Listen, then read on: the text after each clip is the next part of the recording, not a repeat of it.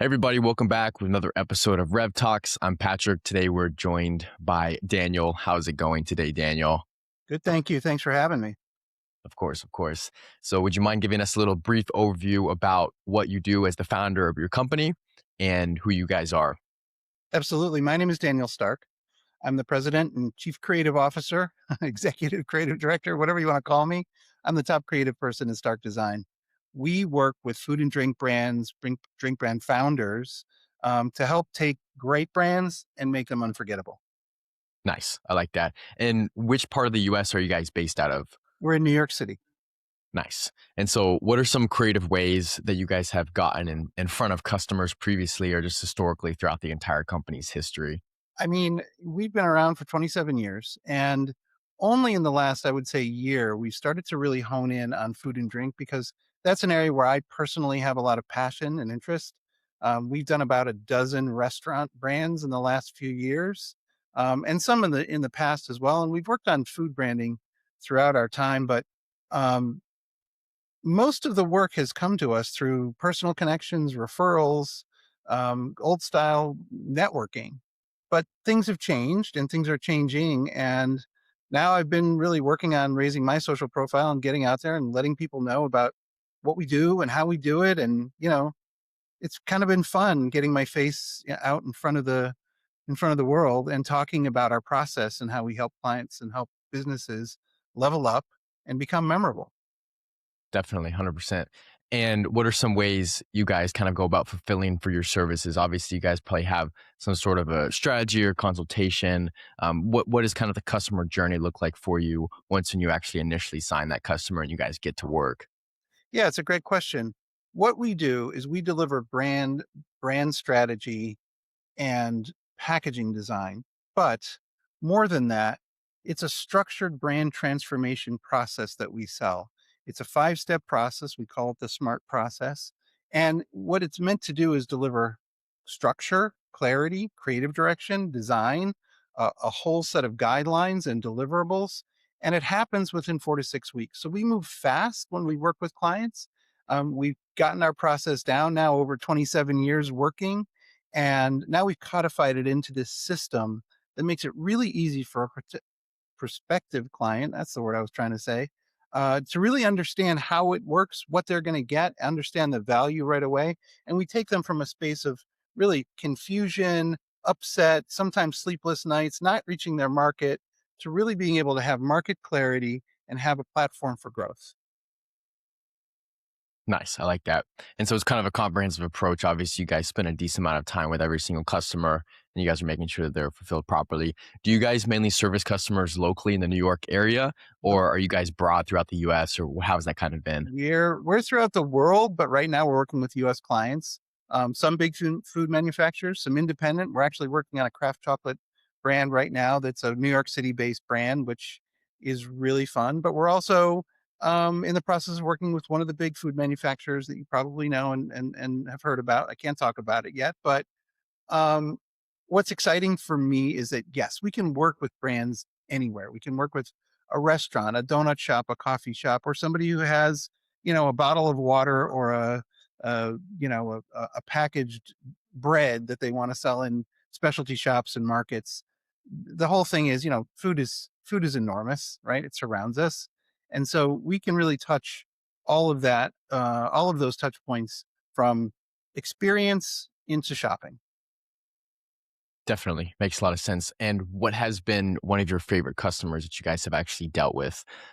Who is, we don't have to say exactly who that was because obviously I'm sure there's NDAs and confidentiality, but Oh, no, what's no. been more fun story? We worked with a small single location poke bowl restaurant in Brooklyn a couple years ago, and we renamed the company. It was first called Poke Stop. We renamed it to Sweet Fish, and we created an animated character that was sort of a brand mascot. Whenever I can make a brand mascot, it's really fun.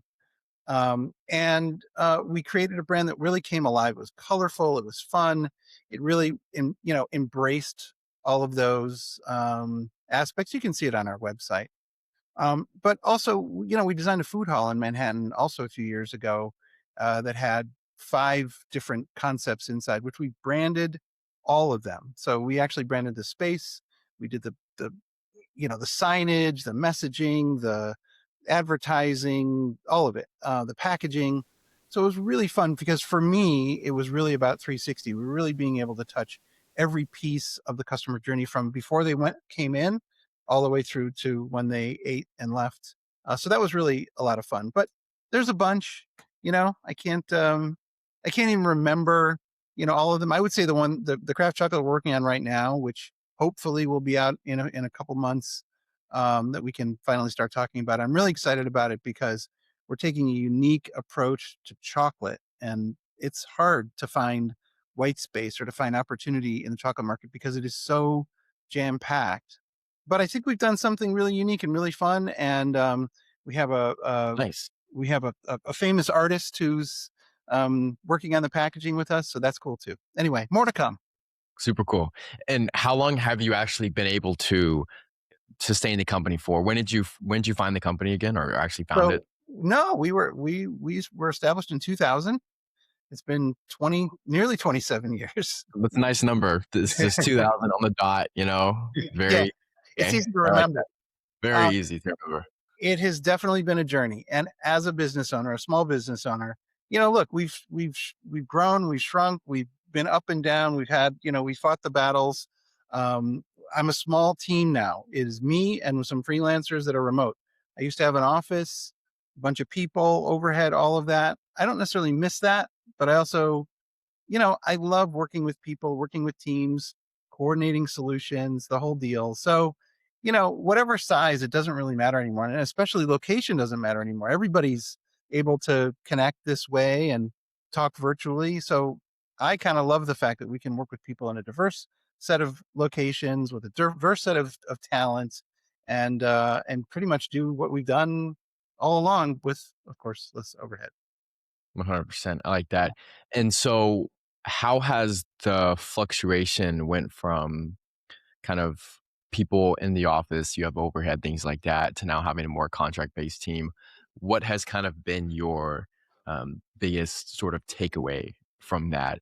And obviously, I know overhead and everything. Why go from like a team in person or office to more contractor and freelance? Well, COVID helped us with that. So it was really the impetus that said, we gotta go home now. But really, it was also an opportunity to like take a minute, take a look, take a look at all of our expenses and everything. And the truth is, look, I'm an old school guy. I like working in an office with people. I think you still get the best work product and and exploration and curiosity and all of that stuff is best in person, and we can still do most of it. When we need to get together, we get together. We have meetings. Of course, I meet with my clients in person when we can. If it's, if it's possible, sometimes I have a client in Chicago and we're not getting on a plane to talk to them if we can do something with them virtually like this. But I always prefer in person. I always prefer working in person, but we can get the same level of work quality done. We can still get the work done. We can still have a good time doing it. And, when we can meet, we meet. Definitely. I like that. And so, how has that been from a marginal perspective? Obviously, that's a lot better for profit margins as a business owner, For sure. and everything like that. Where you, if you don't mind me asking, where you guys kind of float in ballpark revenue? I would say annually, just on any given year. Well, I don't like talking about numbers, but look, we do well. And some years are much better than others. We've been, a seven-figure agency for many years. I don't know how this year is clocking in so far because this is a weird year. We've got all types of market fluctuations and a lot of Yeah, nervousness out there. So, I can definitely tell. we'll be Definitely tell. happy. We'll be happy if we nail some six-figure numbers. Well, we'll see. But look, at the end of the day, for me, it's not so much about numbers. We're selective now. We only work with one or two clients a month, and that's it. We book our time. We take our time with our clients. We have a very clear and distinct process, and so that's how our clients are getting the quality work that they need and that they are paying for, um, and how we can stay focused to make sure that we're doing the best work that we can do. Because at the end of the day, we're only judged by the last thing we did. And so we have to make sure that everything we do is great, or at least Absolutely. that's what I tried Absolutely. for. Definitely. And there's a couple different approaches, especially when it comes down to an agency and the marketing scene as a whole, to where you can go more productize your services. So more of almost like a SaaS play to where you're, obviously having a productized service, people can buy it. You can stack MRR that way, or you can kind of have a hybrid service to where it's more productized, or you can go full custom, spend Yep. a lot of time with every single customer. What made you kind of want to lean more towards the route of more custom work and spending more time with the customer rather than a SaaS play? Because a lot of Well, our audience members do both, and some of them are pivoting, some of them aren't, but they're in two of those different boats right now. well, part of our pivot is to include that SaaS play, as you put it. And in the coming months, I don't have it ready to announce today, but pretty soon, I'm saying in the next 30 to 60 days, we are going to have a workshop that we're offering to food and drink brand founders. Nice. It'll be limited, right? It'll be only 10 founders that on a call at once. Everybody will be able to work independently, so we won't know and other founders won't know, any confidential information, but I'm basically unlocking the vault and sharing all of our processes, all of our frameworks, everything that we do for clients. And quite frankly, if they can't afford our top tier stuff, they can come to a workshop. It's going to be affordable. It's going to be 2.5 hours, and it'll be a really good way for people to attain all the skills and knowledge that they need and be able to go off and, hey, you want to go to Fiverr? You want to hire your cousin's nephew? That's fine, right? We're not, we're agnostic when it comes to that. Obviously, we want people to work with us, but I'm starting to realize that the more I'm able to share our process, share our knowledge, you know, people are going to come and the right people are going to come. There also will be another service offering that I'm working on. So it's Nice. coming soon. Like I said, 30, 60, 90 days, 30 Sweet. to 60 days, not 90, 30 to 60 days, we'll have that SaaS layer and essentially a value ladder, which people know about. So Right. Yeah, and I like that because you sort of productize the front end of it. So more of like top of funnel to get them in the door, which is obviously the you easiest got part it. of the funnel to systematize. So very That's right. good, very good. I like that.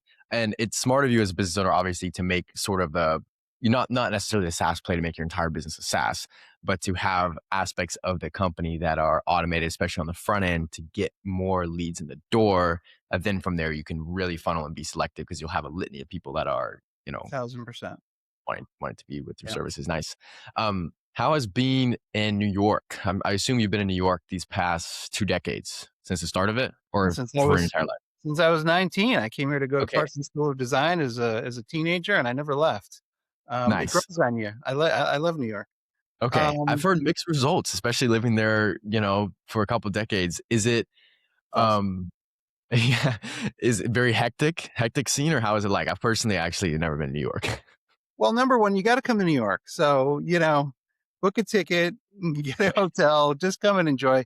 Look, it's a great city. Um, I still think that New York is the most international, most interesting city in the world. And I've been okay, fortunate to travel to many of the biggest cities in the world. And I love, there's a lot of cities I love, but New York has it all. And I think that that's still the reason why even in these times, people still come to New York and want to come to New York and spend money here and check things out and shop and do whatever they do. And the great thing to me about New York is that people come here to do their thing, right? I came here because I knew as a kid I wanted to be a designer. I'm in the business I wanted to do when I was a kid.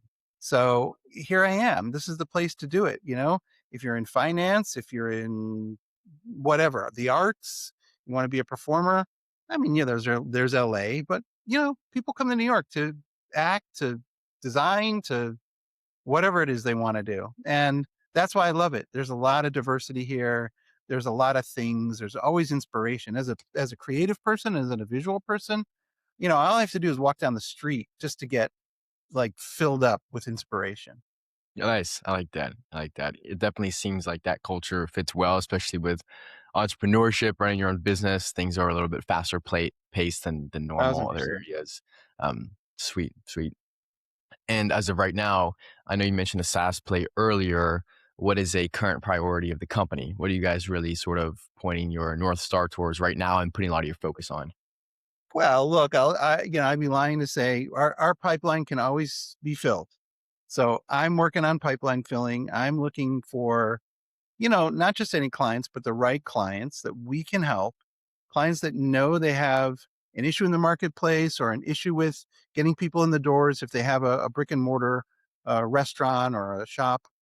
Um, our job is really, I love being able to help businesses level up and improve and transform. So I'm just going to fill my pipeline, and that's what I'm working on. 50% of my day, sales. It's not an area that I love, right? I'm being perfectly honest, right? I didn't become a designer to be a salesperson, but it's a necessary evil. It's one of those things that we have to do. I think I'm pretty good at it because 27-year track record isn't too bad. And, Yeah. that's what I'm doing. So I'm spending more time on sales than I maybe used to in the past, but that's just the nature of the beast right now. Understood. And moving from 6 figures to 7 figures, which you hit before, what is the biggest lever or change, would you say, within the company that actually took you from even 5 or 6 figures to 7 figures? Is that more of team acquiring customers, keeping the same customers? What kind of levers did you pull to really scale and hit those numbers? We were fortunate and still are fortunate to have great clients.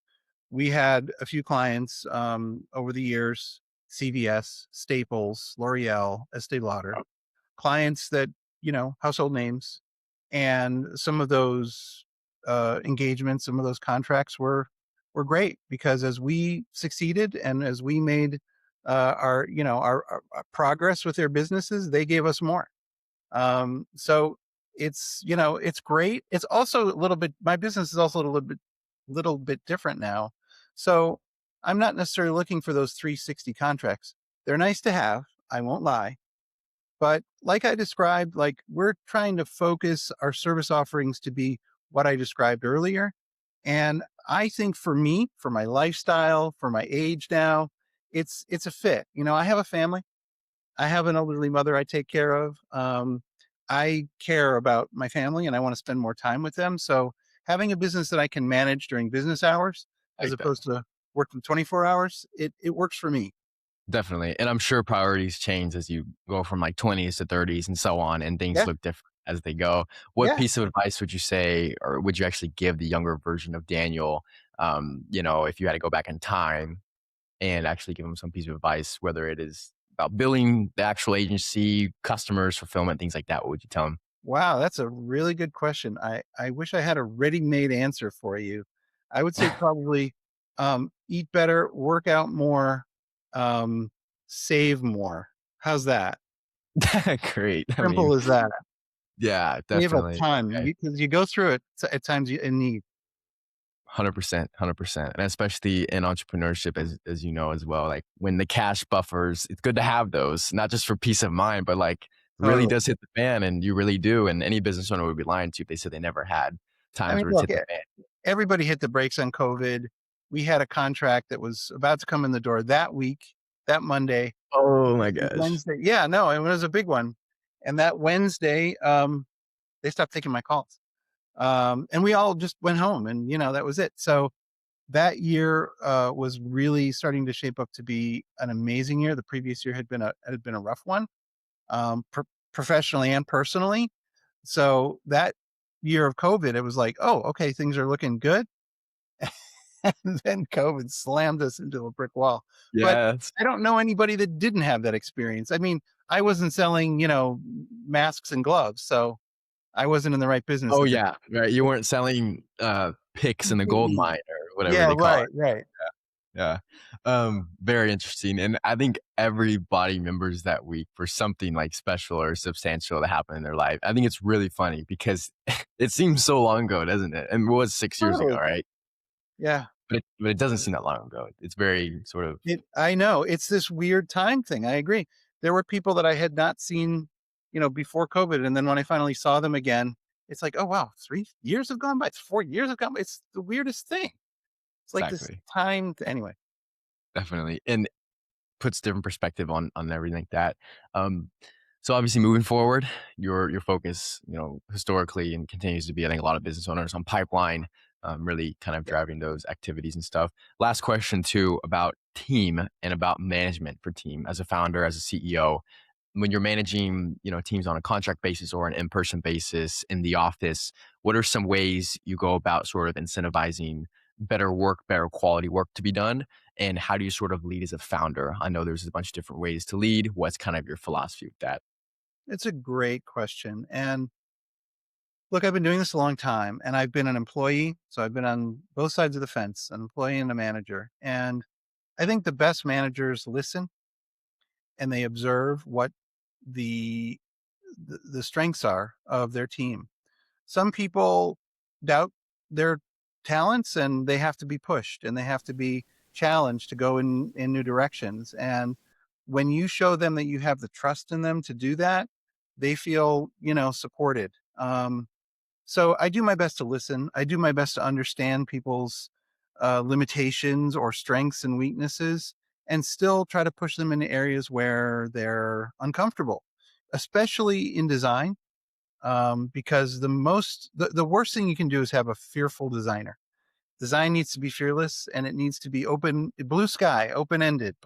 And so, with whatever we do, even in other aspects of the business, in sales and management and operations, you need to have a creativity. You need to be able to have an open mind to be able to approach a problem from different angles. I've always, I think, been that type of manager. And hey, I can be hard on people. I can expect a lot, but I do my best to say very clearly, this is what's expected of you.